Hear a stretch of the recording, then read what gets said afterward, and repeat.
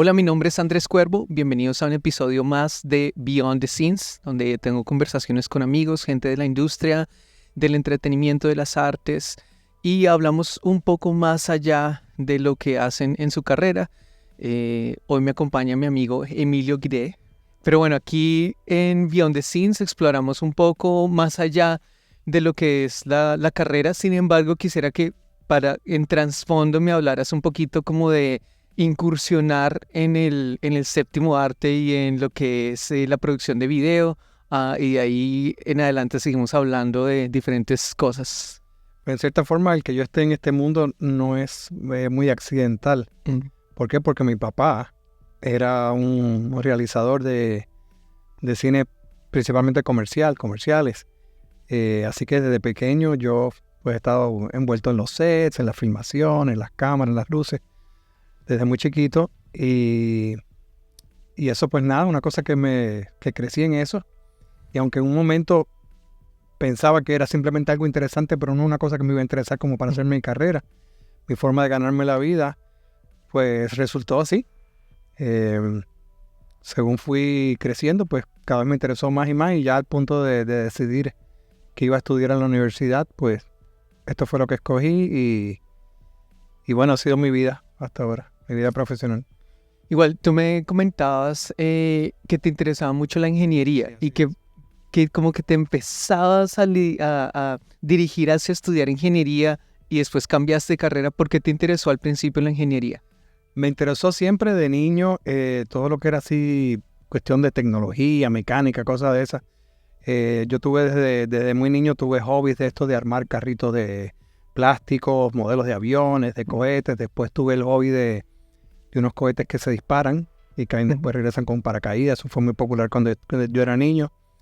Y eventualmente tuve aviones de control remoto. Y entonces me gustaba todo eso y leía sobre eso y ya pues me fui orientando. Eso era lo que me gustaba. Y fui orientándome como a la cuestión de ingeniería. Y ya en un momento ya presuponía que iba a ser ingeniero aeroespacial porque eso es lo que me llamaba la atención.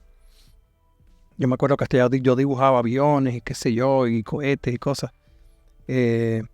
Pero empezó a interesarme la fotografía. Siempre estuve, como te dije, expuesto a eso por mi papá. Pero como a partir de los 12 años empezó a interesarme más de lo normal y empecé a aprender de revistas, que era lo que había en mi época, no había internet ni nada de eso. Y pues leyendo y sobre todo practicando, o sea, llegó un punto que mi papá me prestó sus cámaras y tenía cámaras buenas y también me inscribí en un club de fotografía, que había un club de actividades para niños que yo iba. Me inscribí en ese club y ahí entonces pues tirábamos fotos y las revelábamos y todo eso. Y me fui metiendo tanto en eso que mi papá ya vio cuando yo vi que tenía un interés bastante marcado en eso, pues él me regaló mi primera cámara. Era mi cámara mía, que era igual que una cámara de él. Me acuerdo que era una Olympus, porque mi papá tenía antes cámaras Nikon, pero se la robaron en un viaje que hizo en una época cuando se mandaba el equipo ahí en las maletas, igual que cualquier cosa. Yeah. Hasta que ya la gente no podía hacer eso porque se la robaban. Entonces compró esta Olympus y me acuerdo que hicimos un viaje a Europa y él había comprado esta cámara con 2 o 3 lentes y una maleta de aluminio bien pesada. Y yo fui el que caminé todos los viajes, todas las caminatas del viaje y todo andando con la cámara. Pero también tiré muchas fotos con la cámara. Y él vio que tenía mucho interés y entonces al año siguiente, en mi cumpleaños, me regaló mi primera cámara. Y como usaba los mismos lentes que la de mi papá, pues tenía acceso a todos esos lentes y todo.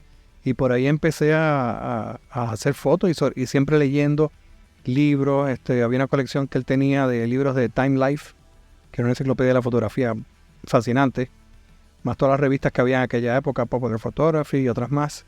Y entre leer y sobre todo practicar mucho es la mejor forma de aprender.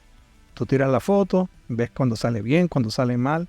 Yo me acuerdo tenía una libretita que debo tener en algún sitio donde hacía un log de cada tiro, o sea, con exposición y cosas para aprender eso, para ver los resultados, entonces referirme a eso y comparar. Y tuve la fortuna, como te conté anteriormente, que mi papá pues tenía materiales de fotografía en su oficina. aunque él no era fotógrafo foto fija profesional, lo había sido en el pasado, pero ya en ese momento solamente hacía filmaciones, pero sí tenía materiales de foto fija. Él compraba tenía cuenta en la Kodak, entonces compraba los rollos y así en paquetes esos de 20 rollos, en transparencias, que fue lo mucho que tiré, y película blanco y negro. Así que yo cuando necesitaba algo, yo cogía de ahí, y yo te digo, muy afortunado. Y también un cuarto oscuro que tenía, casi profesional ahí en su oficina, que de nuevo no lo usaba para él, pero le gustaba tener ese cuarto oscuro ahí. Y entonces había un señor que había sido técnico de laboratorio, que se encargaba de eso, y siempre tú llegabas ahí, siempre había líquido fresco y todo bien organizado, una ampliadora grandísima así de 4x5, imagínate, motorizada, o sea, era todo súper bueno. Y así fue con lo que yo pude jugar en aquella época. Entonces, en paralelo tenía el interés de los aviones y todo, porque fue más o menos todo a la misma vez. Pero ya con lo de la fotografía, yo me acuerdo en mi colegio, yo era casi como el fotógrafo oficial, porque yo hacía fotos de todas las actividades, no me pagaba ni nada, pero lo hacía porque yo quería. Así que tengo cientos, si no miles de fotos de mis compañeros de clase que salían en los anuarios. Y entonces nada, me tocó ya ir a la universidad y entré indeciso. O sea, yo estaba buscando un programa de cine, pero la realidad es que cuando entré no estaba muy seguro si quería meterme en eso de lleno o si quería irme por la parte de ingeniería. Así que la única solución era tomar cursos que me sirvieran tanto para satisfacer mis cursos básicos de ciencia y matemática y cosas de esas para mi carrera de cine, si era lo que cogía, o de ingeniería. Por lo tanto, las físicas eran las físicas de verdad bravas, no las que cogía otra gente así como facilita. Y tuve que coger cálculo y todo eso. Y bueno, pasé todas esas clases, y ya cuando a la misma vez pude tomar cursos que no me tocaban, porque yo entré en el programa de cine de comunicaciones, aunque obviamente tenía oportunidad de cambiar si ese hubiera sido el caso. En el programa mío pues te permitía tomar las clases de tu concentración, pero no otras. Y esa escuela de comunicación donde yo fui, la Universidad de Syracuse, en Nueva York, pues tenía un excelente departamento de foto fija, y yo quería tomar cursos ahí. Entonces, pues tuve que negociar eso. Hablé con el jefe del departamento de fotos y le llevé un portafolio que yo tenía de fotos. Y ya en ese momento yo había hecho hasta fotos profesionales, en el sentido de que me las pagaron. Hice varios trabajos así que pagados. O sea que ya había aprendido mucho de fotografía en ese momento ya. Y entonces le enseñé la foto y él dice, bueno, pero ¿por qué tú no estás en el programa de fotografía en vez de cine?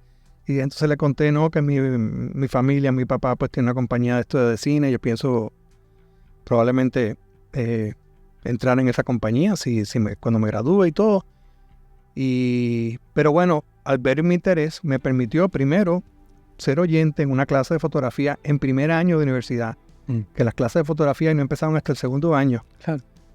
Entonces yo ni era estudiante de fotografía, ni tampoco tenía el curso para poder tomarlas, pero él me permitió estar ahí de oyente. Y me daba los exámenes como si fuera un estudiante inscrito y todo. Y no sé si hasta llegué a hacer los ejercicios de fotografía. Y después de eso, ya en mi segundo año, me permitió coger 2 cursos de fotografía avanzada, que la tomaba la gente ya de tercer y cuarto año. Era foto de estudio, no sé qué otra cosa más. Pero yo lo hice porque me gustaba, porque me interesaba. La pasión. La pasión. Y ya a mediados del segundo año mío de universidad decidí, no, yo la ingeniería en verdad me encanta y todo, pero no voy a seguir mis estudios por ahí, voy a seguirme en la cuestión de comunicaciones, de cine. Sin embargo, la mayoría de mis amigos de mi colegio, ¿no?, de la secundaria, estaban estudiando ingeniería en estas universidades, en Georgia Tech, otra una que se llama Rensselaer Polytechnic Institute, que estaba mi mejor amigo allí, y me quedaba 3 horas de donde yo estaba estudiando en Nueva York. Y yo te digo que yo me pasé tanto tiempo con esa gente, porque es que me encantaba el ambiente de ellos, de la ingeniería y todo, y hasta llegué a coger clases, colado ahí. Yo tuve una novia que estaba estudiando en ingeniería en Georgia Tech, y me acuerdo que ella tenía que ausentarse en una clase de física, y yo estaba tomando física a la misma vez en mi universidad.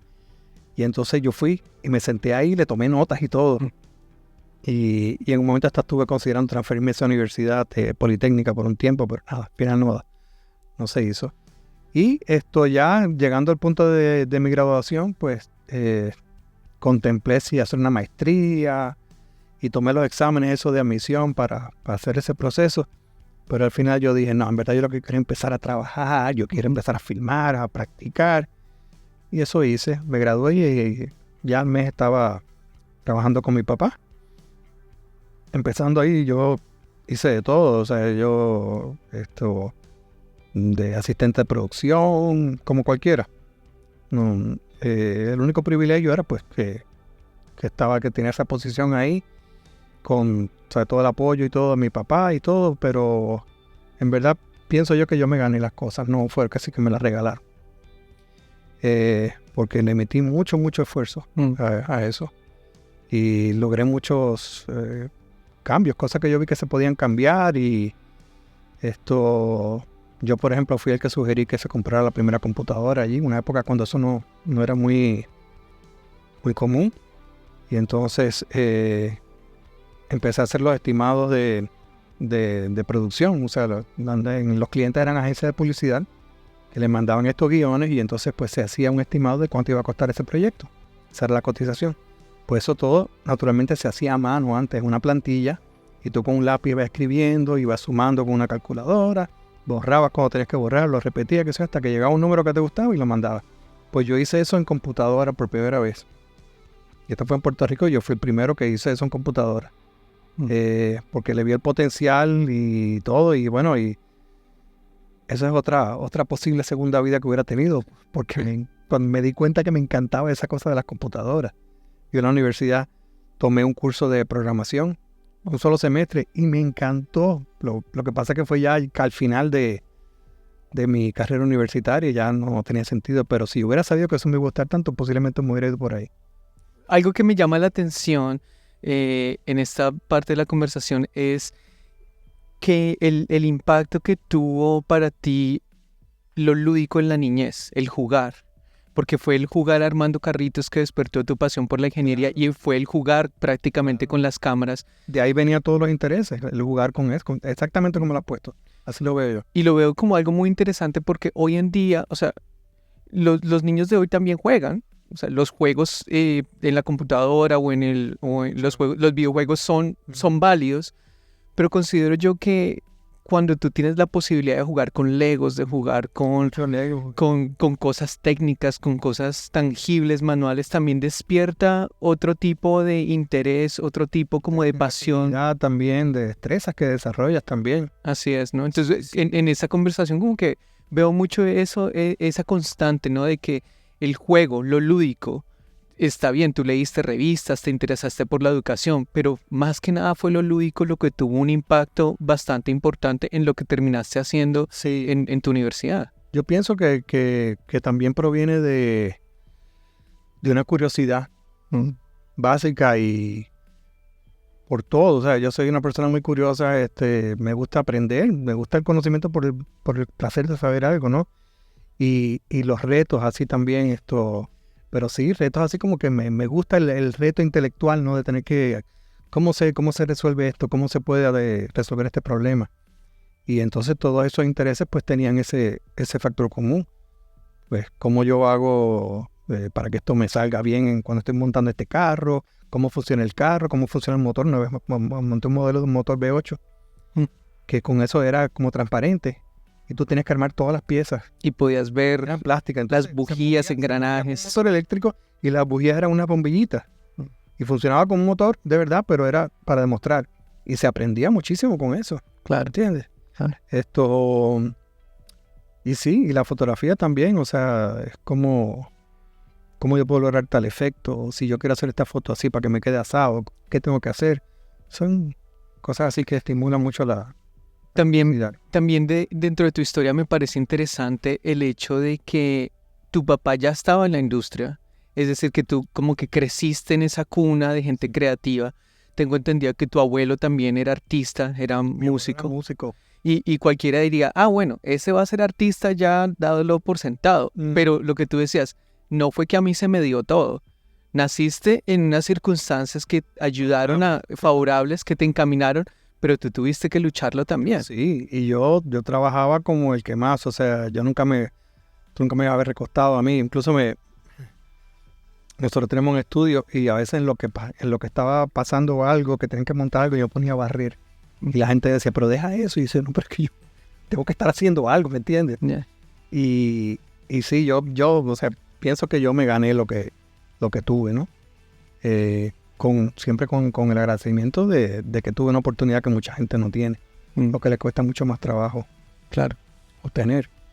Pero una vez teniendo la oportunidad, yo la aproveché todo lo que pude y di todo lo que pude dar. Y creo que mi aportación fue valiosa para la empresa, ¿no? Y dentro de esa herencia que tuviste de tu abuelo, de tu padre, en tu familia, ¿consideraste en algún momento que también era como una presión para, como que uno puede llegar a sentir la presión de, yo tengo que llevar esto?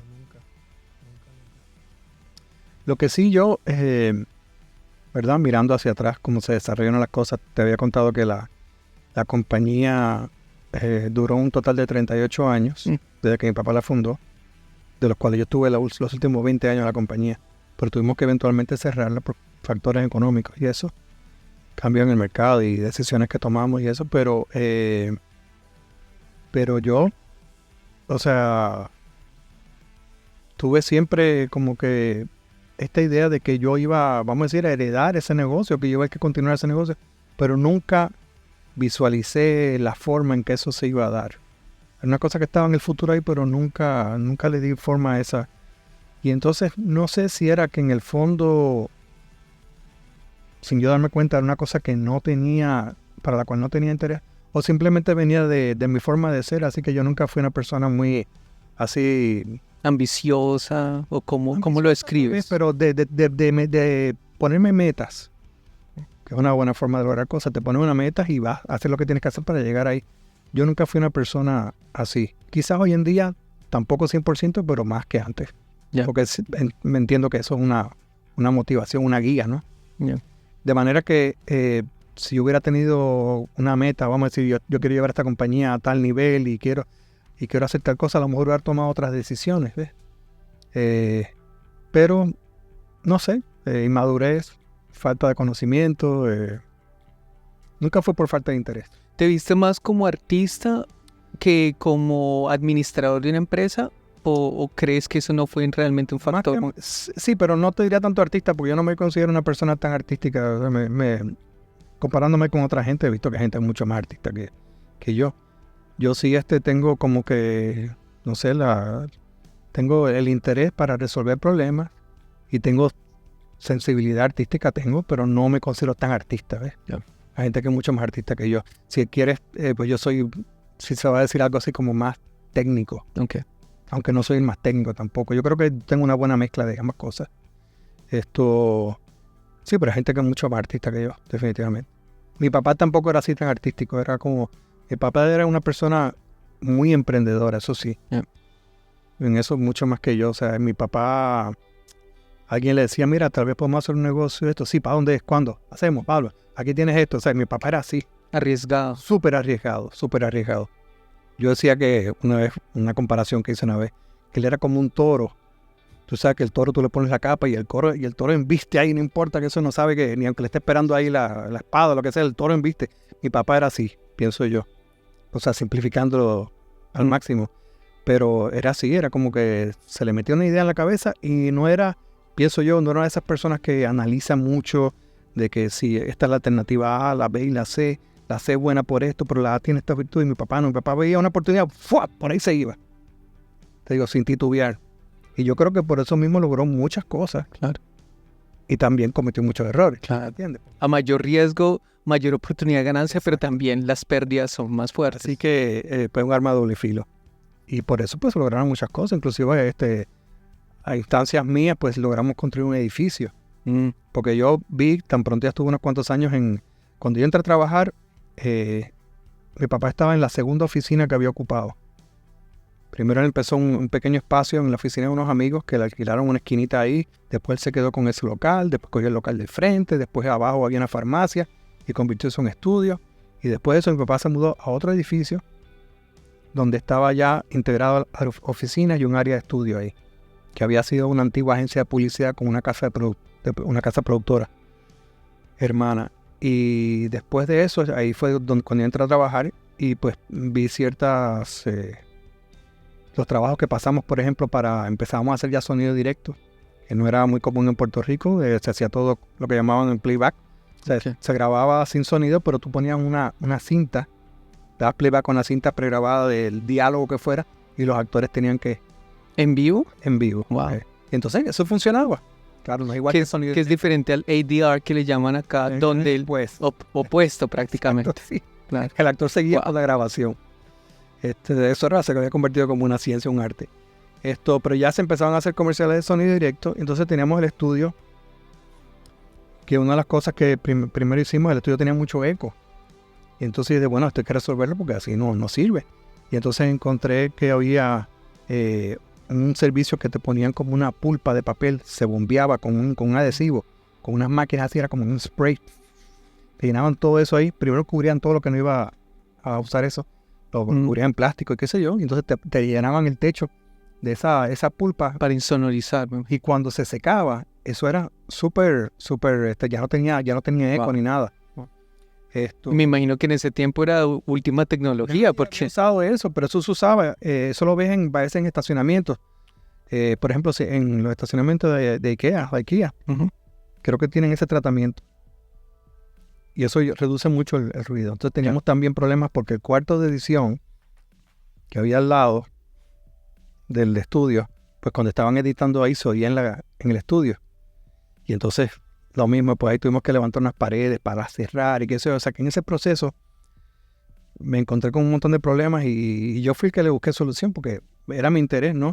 Yo estaba muy interesado en la operación del negocio. Quizás no tanto el negocio del punto de vista administrativo, como tú preguntabas.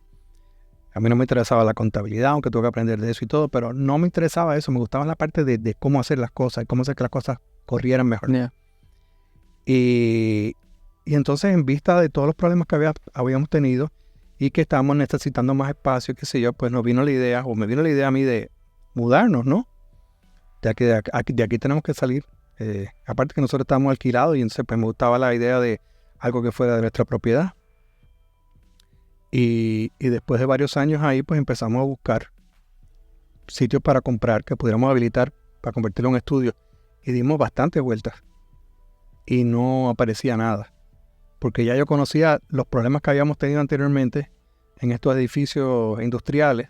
Y no querían repetir eso mismo. No queríamos repetir lo mismo. Entonces, al final, lo que pareció más acertado era construir un edificio propio, ya con las especificaciones técnicas, de acuerdo a los problemas que habíamos pasado y lo que queríamos evitar, construir nuestro propio edificio, a la orden así.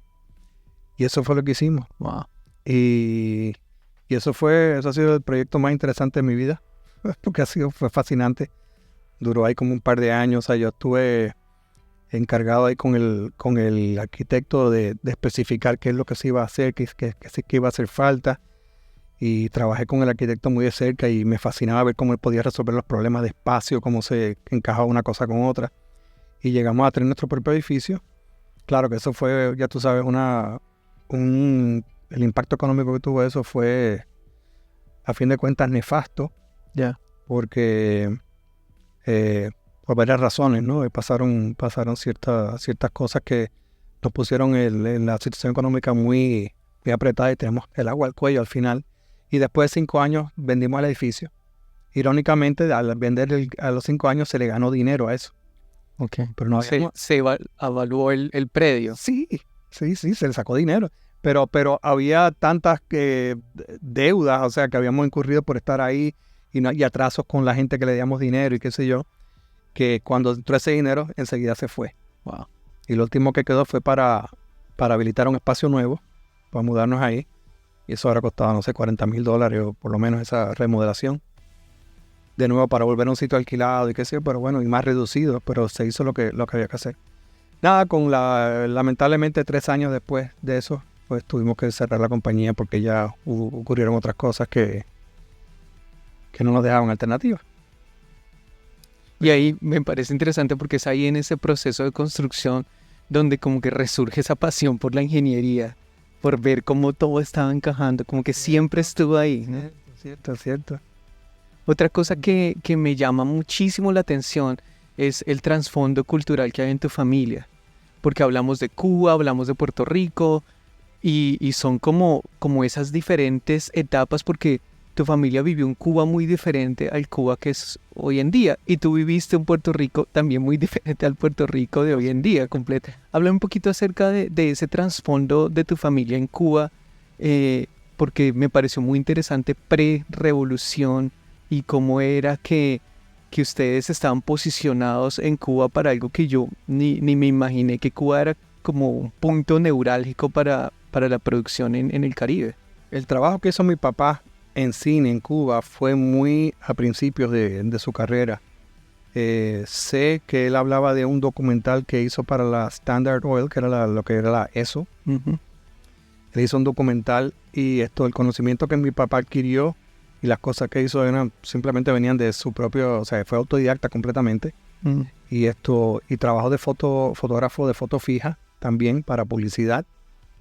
Tenía buenas fotos. Pero el desarrollo así de mi papá en el cine vino más bien en Puerto Rico.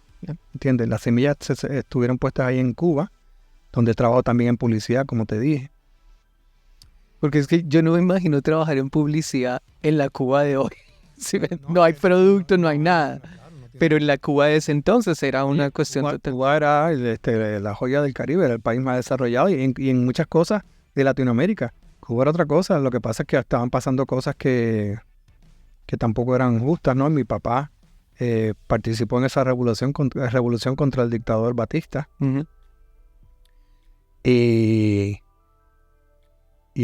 cuando finalmente la revolución gana, mi papá pues tuvo un poquito de protagonismo ahí porque mi papá tuvo una vida muy interesante. Mi papá era el dirigente el secretario de propaganda del movimiento 26 de julio, que es el movimiento revolucionario. Secretario de propaganda en La Habana. Que era como el secretario de prensa. Que tenía que ver con cuestiones así de mandar información y de comunicados y cosas de esas. Todo esto en la clandestinidad, porque tú sabes, nadie usaba su nombre, todos los compañeros de lucha tenían nombres diferentes. Seudónimos completamente. Mi papá, por ejemplo, se llamaba Chávez. Y no era Chávez para nada. Porque se fue también así como que medio súbitamente cuando empezó a ver que había cosas que con las que él no estaba de acuerdo.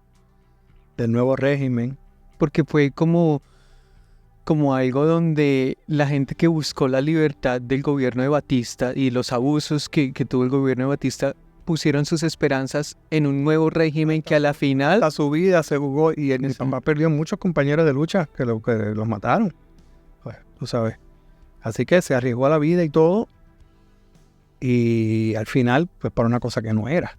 ¿Entiendes? Entonces... Me imagino que se sintió traicionado. Totalmente traicionado. Y una cosa que él, tanto él como, me imagino, un sinnúmero de cubanos que estuvieron en el mismo proceso, tiene que haber sentido profundamente, porque es que, imagínate, la traición es una cosa tan importante en tu vida. Mi papá escribió un libro antes de morirse, que se llama Cuba, la revolución que no fue. Y es un libro muy, muy interesante de todo ese proceso y de su punto de vista como participante. Pero sí, ya al salir de Cuba, como te conté, se fue a España. Mi abuelo era en español, o sea, mi papá tenía familia en España y pensó que era un sitio pues recomendable para ir después de dejar su país. Entonces consiguió trabajo, gracias a Dios, muy rápidamente. Él y mi mamá en publicidad en España, en Madrid. Y habían conseguido un buen apartamento y todo. Y unos meses después de estar ahí ya establecido, arrancando bien, lo llamó un compañero de lucha ya de ex revolucionario, pero ahora empezando a luchar contra la dictadura que se avecinaba. Contra otra dictadura. Contra la dictadura que todavía queda hasta el día de hoy. Que sí podía dirigir un programa radial ya en contra del nuevo gobierno desde Miami. Y mi papá no titubeó y dijo que sí. Hizo las maletas y se fue con mi mamá a Miami. ¿Y tu papá y tu mamá trabajaban juntos? Sí, en la misma agencia. Y mi mamá estaba embarazada de mí en ese momento. Y entonces al caer en Miami, pues ahí nací yo. Por poco nazco en España, pero nací en Miami. Y a los pocos meses se fue a Puerto Rico. Y ahí nos mudamos todos a Puerto Rico y ahí fue donde yo crecí. ¿Y por qué Puerto Rico? Puerto Rico, por varias razones, tengo entendido. Una era que le había abierto las puertas a todos estos exiliados cubanos. Le dio muchas facilidades a la gente. Puerto Rico, pues, topográficamente y culturalmente se parecía mucho a Cuba. El mismo ambiente ese latino. Y y también creo que porque había varios compañeros de él que se habían radicado allá. De hecho, los primeros días él se quedó en el apartamento de unos amigos de él de Cuba. Los hermanos arquitectos e ingenieros muy amigos de él. Y le dieron, hasta el hombre le facilitó unas cámaras que él tenía para que mi papá pudiera trabajar, empezar a trabajar. O sea, que él empezó a trabajar, a generar dinero con equipo prestado. Wow. Y los cubanos aparentemente se ayudaron mucho. Hubo mucha solidaridad en ese momento. Y nada, ahí echó sus raíces y llegó a vivir más tiempo en Puerto Rico que en su propio país. Y mi papá decía que Cuba no era su segunda patria. Perdón, que Puerto Rico no era su segunda patria, era una de sus dos patrias. Como que él tenía su patria Cuba, pero su patria Puerto Rico también quiso mucho, mucho a Puerto Rico. Como ese poema que dice que Cuba y Puerto Rico de un pájaro, las dos alas. La cercanía en el poder adquisitivo a los Estados Unidos, la fluidez del inglés y el español, yo creo que posicionan a Puerto Rico como un enclave en el Caribe, aún hacia Latinoamérica. Son comerciales de McDonald's, de muchas compañías grandes. En vez de tener que ir a Latinoamérica, pues van a Puerto Rico, que es lo más cercano, y tienen como que esa estética, ese sabor latinoamericano, pero... No, la influencia norteamericana era sin duda bien palpable. Y yo tenía, por ejemplo, primos venezolanos. Y yo viajaba allá cuando era niño para reunirme con la familia allá y toda esa cosa. Y mis primos no hablan inglés. O sea, se defienden más o menos, pero nunca aprendieron bien el inglés. Yeah. Y tengo familia en Perú también y lo mismo. Nunca lo aprendieron. Y no es que en Puerto Rico que todo el mundo sea gringo, porque no es así, ¿entiendes? Pero la influencia americana definitivamente estaba ahí y estaba mucho más cerca de los Estados Unidos que cualquier otro país de Latinoamérica. Y Puerto Rico legalmente es un territorio de Estados Unidos. ¿Cómo fue para ti la transición de vivir en Puerto Rico, de tener tu industria, tu empresa, tus clientes y de repente irte a vivir a Miami y como que lo que hablamos al principio, ¿no? Obviamente no es comenzar de ceros, estás comenzando ya con un bagaje, pero ¿cómo fue para ti esa transición? ¿Es igual, es lo mismo? Bueno, no será igual, pero es muy similar Puerto Rico a Miami. Vamos a decir, te voy a responder de esta forma. Yo no sentí gran reto en mudarme a Miami. El reto lo tuve después cuando las cosas no se me dieron como yo pensaba, ¿no? Yeah. Por lo mismo que te hablaba antes así de esto de las metas y todas esas cosas, yo no fui con ninguna meta en particular. Yo conocía un poquito de gente en Miami y ya había comenzado mi carrera como freelance y pensé que me iba a ir muy bien. Esto resultó no ser tan así. O sea, porque por muchos años dependí de también de seguir yendo a Puerto Rico a trabajar. Porque el trabajo que tenía en Miami no me daba para vivir. Y ya en ese punto el que tenía en Puerto Rico tampoco me daba para vivir. O sea que tuve un momento que estar dependiendo de ambos mercados. Que todavía al día de hoy es lo que sigo haciendo, ¿no? Yeah. Como tú sabes, me acabo de mudar aquí para Georgia, para Atlanta. Y todavía no he puesto un pie en este mercado. Porque he estado muy ausente. Me he pasado yendo a Miami, que este año he tenido de repente bastante trabajo en Miami. Y ahora tengo que ir próximamente a Puerto Rico también a filmar. Pero es así nuestra vida. ¿Tú sabes cómo? Muy itinerante. Sí, o sea, uno va donde esté el trabajo, ¿no? Por lo menos yo no tengo ningún inconveniente. Yo voy donde tenga que ir, pues. Según yo lo he visto, desde que yo empecé a como es ahora, muy diferente. Muy diferente. Por ejemplo, para una compañía de producción como la nuestra, que nunca fuimos los líderes del mercado, porque había otras compañías que producían más que nosotros. Pero sí estaban bien posicionados. Sí, estamos bien posicionados. Éramos vamos a decir, las primeras 3 casas productoras. Claro. Pero no eran las únicas 3. Ni tampoco éramos de la más grande ni nada. Siempre dimos una calidad constante y buena y todo. Pero hubo gente que producía muchas más cosas. Para que tengan idea, había una compañía que se llamaba Guastela Films, que era la más grande allá. Esa gente a veces producía hasta 3 comerciales al día. ¿Ok? Y grandes. Algunos grandes y otros no tan grandes. Porque fueron de los primeros que entraron en hacer comerciales en videotape. ¿Quién hacía los comerciales del Banco Popular? Ellos fueron uno. ¿Ellos? Sí, ellos fueron uno de los que hacían Banco Popular. Mi papá lo había hecho en el pasado también, campañas que fueron bien exitosas y premiadas y todo, pero era otra época. Pero esa gente producía mucho. Y así todo, había trabajo para nosotros, para otra compañía que salió después que se llamaba Saga Films, que fue pero revolucionaria porque empezó a hacer las cosas de una forma diferente. Yeah. Otro estilo fotográfico, otra magnitud de producción, otros presupuestos. Y había otra compañía más que se llamaba Sono Films, que el propietario era argentino. Más otras cuantas que había ahí. No te puedo explicar la cantidad de trabajo que había. Una de las cosas que yo tenía de la responsabilidad era cotizar los trabajos. Llegaba un storyboard y entonces yo hacía los números y cotizaba eso. Nunca faltaban cotizaciones, todo el tiempo estaban entrando. O sea, eso es que llamar a un cliente y decir, mira, ¿cómo estás? ¿Qué sé yo? ¿Qué tal? ¿Qué estás haciendo? Nada, no había tiempo para respirar. Era pum, cotiza, ponte a filmar, qué sé yo, Fue increíble. Me acuerdo, hubo un mes que, ya esto fue en el edificio nuevo, que hicimos 12 comerciales en un mes. Eso es mucho.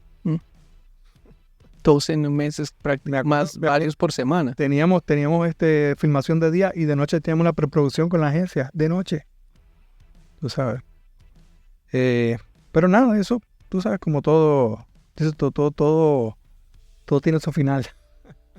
Y también aún esas etapas también tienen como su doble filo. O sea, a uno le gusta estar activo, le gusta estar, no, en la mañana estamos filmando, en la noche hacemos preproducción. Pero llega un momento en que hasta esas etapas te pueden quemar. Bueno, claro. Yo nunca llegué a ese punto de quemarme. También era mucho más joven, ¿no? Pero sí, claro que te puede quemar. Claro que sí. Todo cambia así, vino todo así como súbito. Yo tuve mi hija más pequeña, Daniela. Nació en Puerto Rico. Tuvo complicaciones en el parto. Y entonces que ella quedó con parálisis cerebral, parálisis cerebral. Por la cual ella pues nunca caminó y no habló. Sin embargo, su mente estaba clarita. Y es por ella que nosotros venimos a Miami. Para buscarle mejor atención y todas esas cosas, porque en Puerto Rico no había esos recursos. Eso fue, vamos a decir, un año. Al año siguiente me estaba divorciando yo, de la que era mi esposa, la mamá de los niños. Y entonces yo en ese momento pues decidí ir a Puerto Rico otra vez, a seguir trabajando ahí. Y entonces coincide con el cierre de la compañía. Por eso te digo que todo vino junto. Wow. Todo vino junto. Me acuerdo que cuando vendimos el edificio y tuvimos que irnos de ahí, pues yo tengo compañeros que trabajaron conmigo que todavía sentían nostalgia. Ay, pero qué tristeza, ¿sabes? Yo no sé, para mí fue tan fácil soltarlo. Y aparentemente es que yo no me aferro a las cosas materiales. No sé. Que pienso que entonces que es una bendición porque la vida está llena de retos y cambios, así Sí. que bueno, ¿no? Esto no se me hizo difícil para nada, al contrario, en eso del edificio yo siento una gran satisfacción porque no importa lo que pasó con nuestro caso individual, no, o sea, que no tuvimos que vender, no pudimos seguir ahí, pero ese edificio sigue ahí. Y está ahí porque nosotros lo hicimos. Es una satisfacción grandísima. Esa ha sido de las cosas más satisfactorias de mi vida, te voy a decir. Y entonces el tema de la niña, pues la niña creció en Miami con su mamá y ahí pues recibió múltiples atenciones del sistema de servicios médicos y todo que le hacía falta. Pero hace 2 años tuvimos una tragedia y fue que ella pues estaba solita en su cama y aparentemente se ahogó. Se quedó pillada, como ya no tenía movimiento así muy coordinado, pues se quedó pillada ahí entre la cama y una baranda que había para que no se cayera, y se quedó sin oxígeno, y el resultado fue que a los pocos días pues ya falleció. Y aunque eso ha sido lo más duro de mi vida, porque fue terrible, pues había tanto amor relacionado con esa niña, el amor que ella nos daba, la alegría que ella mostraba, porque era una niña muy alegre, inteligente, con sentido del humor, que aunque no hablaba se dejaba entender perfectamente. Había tanto amor y la satisfacción de que, aunque yo no, pues lamentablemente no crecí con ella, pero sí, tú sabes, cada vez que podía, pues estaba con ella, y sobre todo ya al final cuando la relación con su mamá mejoró, yo trataba de ir todos los días a acostarla en su camita, y siempre le decía que la quiero mucho y qué sé yo, y bromeaba con ella. Tenía una relación bien, bien bonita con ella. Así que cuando pasa eso, pues no sé si yo simplemente como que lo vi en términos filosóficos o qué sé yo, pero aunque fue sumamente duro, no te voy a decir que no, pero es una cosa que he podido sobrellevar y los recuerdos que tengo son bonitos. O sea, me puedo remontar hacia el momento que estuve en el hospital ahí 2-3 días, qué sé yo, y eso fue horrible, pero está ahí, los tengo ahí archivados, pero no los miro porque en verdad no aportan nada en mi vida, ¿entiendes? Hace tiempo no lloro por ella, pero sí hubo un periodo ahí que, no sé, me trae una nostalgia así, particularmente los sábados, no sé por qué, estaba en la casa y algo veía en televisión que me recordaba a ella, entonces pues lloraba un poquito, pero siempre sabiendo que es una cuestión como una válvula de escape, como para soltar esa presión. Pero esa tristeza, igual que la tristeza que yo tenía de conocer su condición y que por su condición ella iba a privarse de muchas experiencias humanas, tú sabes, como tener un novio, su baile de senior prom, su graduación, todo ese tipo de cosas, no les iba a tener, pero lo mismo, tú sabes, yo soy parece que más de, como dicen, de ver el vaso mitad lleno que mitad vacío, Okay. ¿entiendes? Es mi naturaleza. No te voy a decir que tengo un mérito tremendo porque yo he luchado con eso, no, se me hace fácil y gracias. Porque imagínate, Emilio, una empresa de más de 30 años que con su edificio, con su nómina, y que de un momento a otro, porque fue repentino, o sea, si tú ves, luego un matrimonio con el que tienes hijos y luego una niña que a pesar de sus dificultades por su salud, pues que te traía mucho gozo, mucha alegría, y perder esas cosas en un lapso de tiempo tan corto a otra persona, incluyendo a mí, o sea, eso como que te destruye. Pero veo que tú decides recordar los momentos que te aportan y no los momentos que te sustraen, ¿no? Y como que esa es la fuerza que encontraste para reinventarte otra vez, para no quitarte, como yo me acuerdo, había una campaña en Puerto Rico que decía no te quites, ¿no? Y ¿qué encuentras tú en eso, en remontarte en esos momentos positivos? ¿Qué es lo que tú encuentras que te dice como que no te quites, sigue adelante? Yo creo que un optimismo natural que tengo, o sea, yo soy optimista. Tiendo a ver las cosas buenas en las situaciones, en la gente, o sea, porque sí, lo malo es obvio, pero bueno, ¿qué puede traer esto en términos de una lección de vida que me puede ayudar para el futuro, para enfrentar un problema similar mejor? No sé, como te digo, es natural y no tengo que luchar mucho para encontrar esa vibración, así, ese estado. Mi papá tuvo una vida con mucha adversidad. Yeah. Mucha adversidad. Él perdió a su mamá siendo un niño, 12 años, 13 años, algo así. Que es una cosa que lo marcó profundamente por el resto de su vida. Mi papá, siendo ya un viejo, me acuerdo que él hablaba de su mamá y no podía evitar tú sabes, que se le salió una lágrima. O sea, son cosas que lo marcaron profundamente. Perdió a su hermana, vamos a decir su hermana favorita, que era su hermana menor, de un cáncer en el cerebro.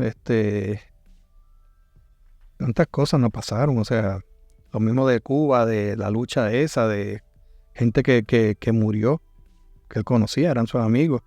Él mismo se jugó la vida y estuvo así como cerca de, o sea, estaba pensando que lo iban a agarrar y que iba a perder la vida, todas esas cosas. Pues, él pasó por muchas situaciones así. Sin embargo, era un hombre que no se quitaba. No se quitaba, era muy, muy...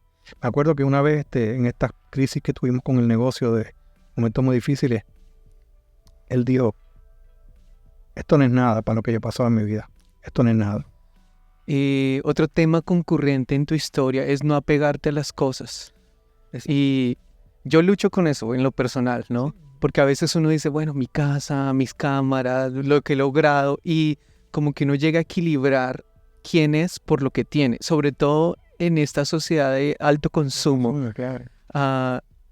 y llegar a decir, cosas son cosas y seguimos adelante. Yo no tengo ese apego a esto, y por eso me ayudó cuando tuvimos que salir de la compañía, salir del edificio. Sí, yo creo que es parte de eso. Cuando tuvimos que irnos a Miami por la cuestión de la niña, tú sabes, no lo pensamos 2 veces. Esto es lo que le conviene a ella, vamos para allá. Cuando me divorcié, yo le dejé mi casa, la casa a mi ex esposa y a los niños, porque esa era la casa de ella, y no tuve, quizás por eso tomado. Pero no me arrepiento. Al final, te digo, vinimos a este mundo sin nada y nos vamos a ir sin nada. Sí, capaz de que uno a veces, por apegarse a las cosas, se priva de disfrutar algo que tiene un goce más duradero. O sea, Sí. o tal vez de darse la oportunidad a uno de comenzar cosas donde su piso es realmente, no es el fondo, sino que su piso es lo que antes era el techo de uno. Entonces pienso yo como que a veces uno mira, estoy comenzando de ceros otra vez, y en realidad no, estás comenzando desde donde era el techo antes, 10 años atrás. Con todo el cúmulo de... Exacto, con todo, y de ahí ahorita estás comenzando una nueva etapa en Georgia. ¿Cómo es para ti esa transición? Ese nuevo piso que era tu Ahí tienes techo. ahí tienes un caso. Y esto sí te puedo decir que de las cosas que yo más he hecho, no de impulso, porque esto de Georgia yo vine pensándolo hace muchos años ya, porque me hablaban de todo el trabajo que había aquí, la serie de televisión, las películas y todo eso, que es una cosa que siempre me interesó, por eso podía entrar en eso y es la esperanza que tengo estando aquí, Claro. de participar en ese tipo de trabajo. Pero no había podido hacerlo porque tenía 2 situaciones. Una era la de mis hijos, que eventualmente los grandes crecieron y se fueron de Miami, pero quedaba mi niña. ¿Entiendes? Que sí, Georgia no queda tan lejos de Miami, pero no es como estar tan cerca, ¿me entiendes? Requiere más trabajo. Y estaba mi mamá también, que mi mamá se había mudado hace años para Miami, y ya estaba viejita y entonces vivía en un home, y ninguna de mis hermanas viven en Puerto Rico, una y la otra vive al norte de Florida, en San Agustín. Entonces yo era el que me estaba encargando de las cosas estas de ir a buscarle una medicina, si era el caso, o llevarle a un médico, acompañarla, o ir a verla, obviamente, ese tipo de cosas. Y entonces, pues, eso como que me dejaba ahí como, de cierta forma, como amarrado en Miami, ¿entiendes? Y no que me pesara ni nada, pero bueno, no sé, no es el momento. ¿Qué pasa? Mi mamá muere, ya casi con 91 años.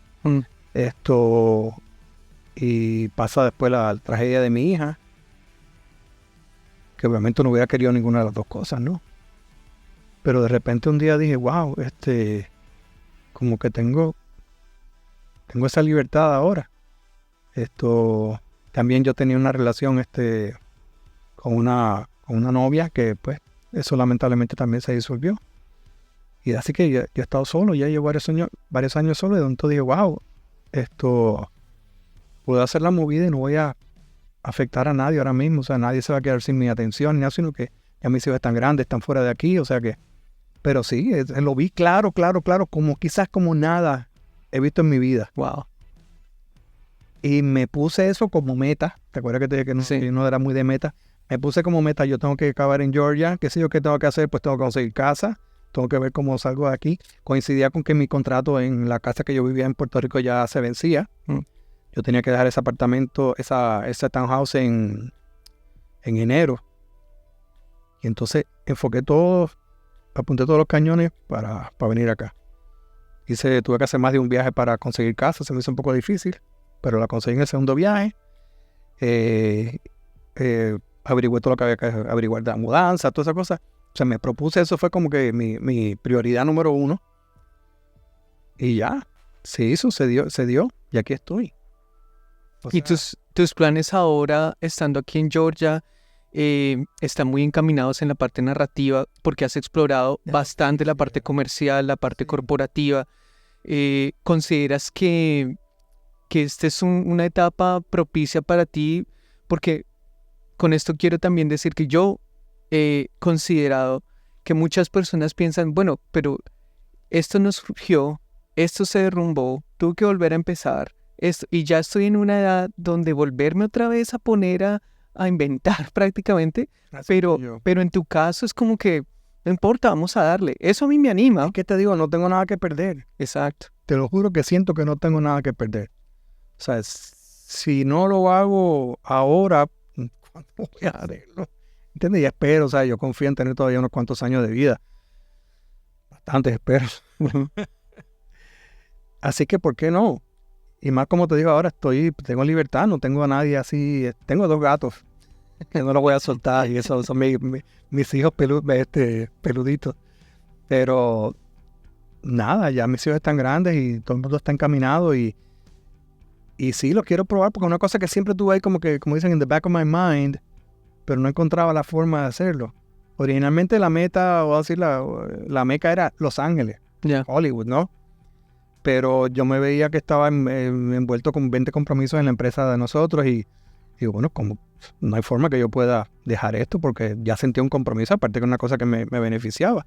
Felizmente me siento con mucha vitalidad, tengo un entusiasmo y eso cuenta tanto en la vida. Claro, pero fíjate que estudiando la vida de gente como Roger Deakins, cinematógrafo muy reconocido, algunos directores afamados, muchos en realidad comenzaron después de los 40 años. Comenzaron después de los 40 años. Ni siquiera tenían ese bagaje. Ahora, remontándonos a, digamos que el hilo conductor de nuestra conversación es que el techo de ahorita se convierte en el piso de la próxima temporada. Sin embargo, considero yo que para ellos no era cuestión de la edad, era cuestión de los momentos precisos, de las épocas precisas que se daban. Y en algunas personas como Roger Deakins fue en el momento en el que se empezaron a dar las cosas, fue como una bola de nieve, como si hubiera sido un aceleramiento de todo lo que no se dio. Historias diferentes, pero así como es. Entonces considero también que la comunidad en la que uno se desarrolla tiene mucho que dar, porque hemos hablado con algunas personas que también han experimentado Los Ángeles y dicen, sí, es cierto que hay bastante oportunidad, pero también hay un ambiente que a veces decepciona a las personas. No es el glamour que tú esperabas. Sí, es cierto. Y que prefieren una comunidad un poco más, no sé, familiar, un poco más... Sí, prefieren. Y hay mucha gente que, o sea, en este mundo de globalización está cambiando todo, donde tú puedes estar en Colombia, puedes estar en Miami, puedes estar en donde sea, y tu plaza de trabajo no determina realmente lo que vas a hacer. Claro. Más en este negocio. Mucho más en este negocio. Sí. Yo lo que he experimentado es que se acercan jóvenes, sobre todo jóvenes, aunque gente de diferentes trasfondos, de diferentes etapas que están aprendiendo y me dicen, mira, si algún día necesitas a alguien que te recoja los cables, yo quiero aprender. Y yo muchas veces digo, bien, listo.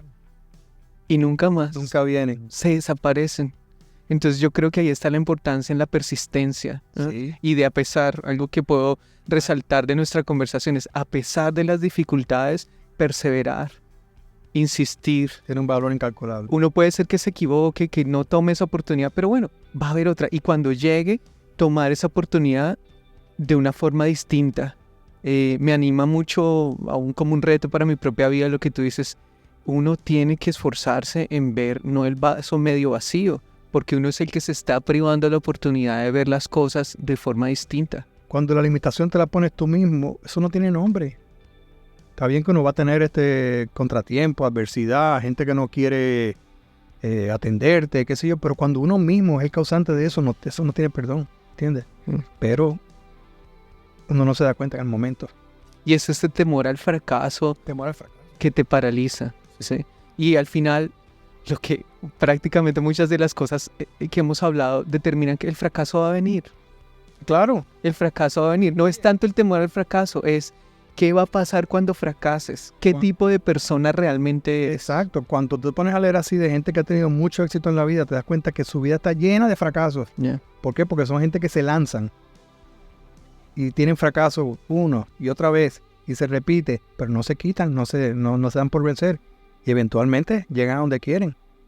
Y hay etapas, la vida es como, en ese sentido, la vida es hasta cíclica, ¿sí? Hay etapas donde tú estás arriba y te sientes arriba, hay etapas donde estás abajo y te sientes abajo, el ambiente que creas, ¿no? O sea, como que no puedes esperar llegar allá si tus decisiones y tu estilo de vida, todo eso. exacto, sabotean todo eso. Wow. Es cierto. Emilio, súper chévere nuestra conversación, como diríamos en Puerto Rico, brutal. Chacho, mano, brutal. Te agradezco mucho por haber venido aquí. Este espacio, este estudio está creado para... Ha sido buenísimo esto. Yo he estado en una entrevista no tan larga como esta, pero me he sentido completamente cómodo y te agradezco. Chévere, gracias. He tenido esto y después me voy a reír en cantidad cuando me vea. Mira, yo sé que hay gente que definitivamente se va a identificar con tu historia a nivel personal, a nivel de su ambición laboral. ¿Dónde puede la gente comunicarse contigo, conectarse? ¿Tienes una cuenta en Instagram? Tengo una cuenta en Instagram que no, de verdad no la atiendo tanto. Tengo Facebook también. Listo, aquí voy a poner entonces Sí, tengo ahí. una manera que la gente se quiera comunicar contigo, quiera enviarte un mensaje, un mezcalito. Pero bueno, muchas gracias por haber participado de este proyecto. Esto es Beyond the Scenes, más allá de lo que nosotros vemos en la vida, en la carrera de gente que está en la industria del cine, la televisión, las artes. Y si a ustedes les gusta este tipo de contenido, pues también suscríbanse, compártanlo. Yo sé que va a ser de mucha utilidad y nos vemos en una próxima misión de Beyond the Scenes.